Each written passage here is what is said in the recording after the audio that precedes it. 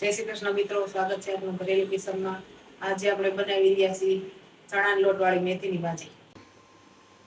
આપણે ભાજી બનાવવા માટે મેથીની ભાજી લેવાની છે. આ રીતે આપણે વીણી લેવાની છે. ઉપર લસણના કટકા. લસણ આપણે વઘાર માટે ઝાઝું નાખવાનું. લીલું લસણ હોય તો નાખવાનું. ને ચણાનો લોટ લેવાનો છે 1 વાટકી. ખાંડેલું મરચું, લાલ મરચું આ રીતે એકદમ લોંદાદર ખાંડી લેવાનું. સ્વાદ અનુસાર મીઠું ને હળદર ને ધાણા જીરું. આપણે તેલ નાખવાનું. તેલ આપણે થોડુંક સળિયાતું ઝાઝું રાખવું પડશે ભાજીમાં.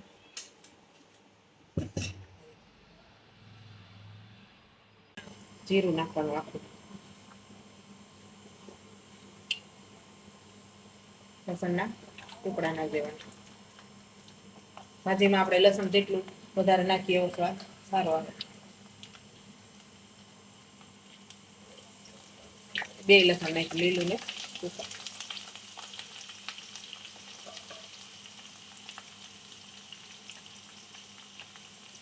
ચમચી હિંગ નાખી દેવાની.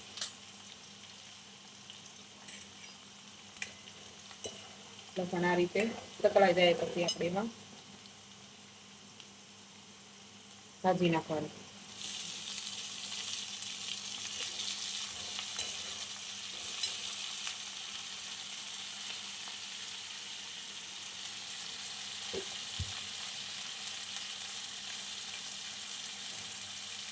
ભાજી આપણે આ રીતે નાખતું જવાનું ને હલાવતું રહેવાનું એટલે વળતી જવાનું.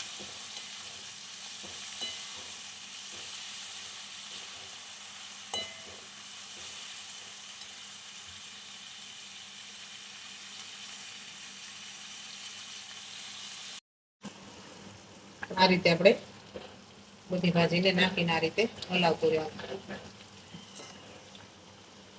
રીતે જો આમાં પાણી બહુ છૂટે એટલે આપણે થોડીક વાર આને તેલમાં પડવા દેવાનું. આ રીતે આપણે પડવા દેવાની. પછી આપણે એમાં સ્વાદ અનુસાર મીઠું નાખી દેવાનું.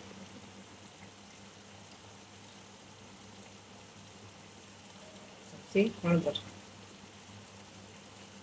ધાણા જીરું.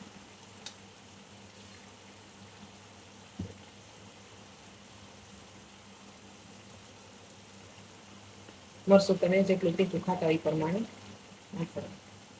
આ રીતે સૂકું સૂકું એટલે ગાંગડામાં રીતે હલાવી લેવાનું. રીતે ઉપરથી આમ કરશો ને એટલે મરચું સરસ ગાંગડી નહીં રહે, ગળી જાય સરસ. આ રીતે કરીને પછી હલાવી નાખવાનું. મળી જાય સરસ રીતે.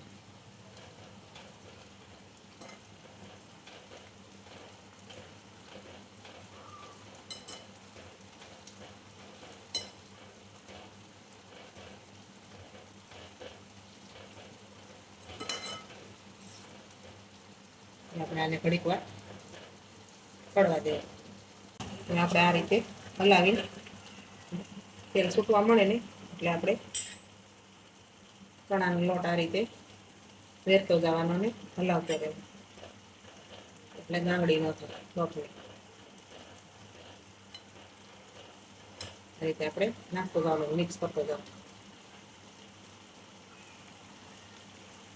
તો આપણે સાળીની વાટકી ભરી લીધી છે.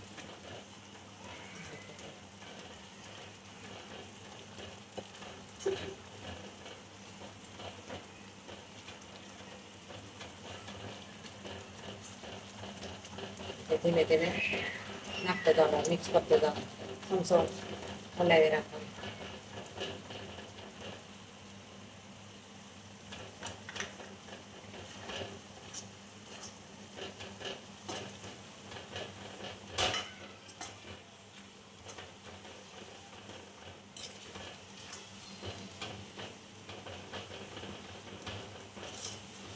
લોટ નાખો ને એટલે આપણે આમાં તેલ થોડુંક કડિયા મૂકવું પડે.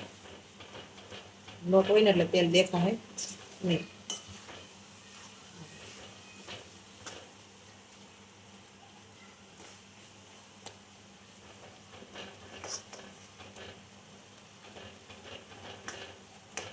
આપણે એને ગેસ ધીમો કરી નાખવાનો થોડીક વાર. સડવા દેવાનો એટલે લોટ બધો સરસ રીતે બફાઈ જાય.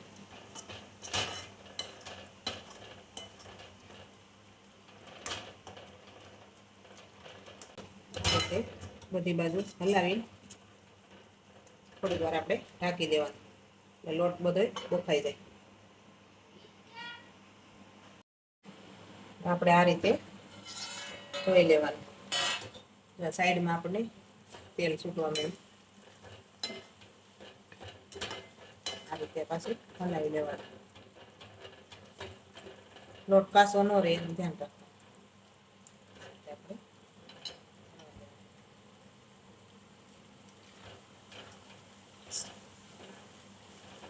તેલ ઉપર દેખાવા મળ્યું આપણે સરસ.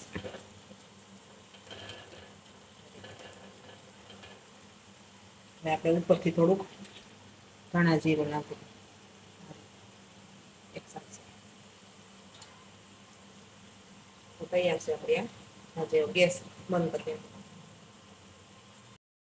હવે આપણે એક બાઉલમાં સર્વ કરશું.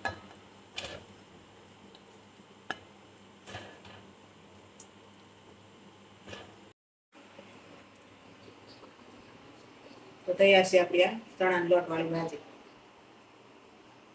જો આ વિડીયો સારો લાગ્યો તો લાઈક કરજો, શેર કરજો અને સબસ્ક્રાઈબ કરવાનું ભૂલતા નહીં.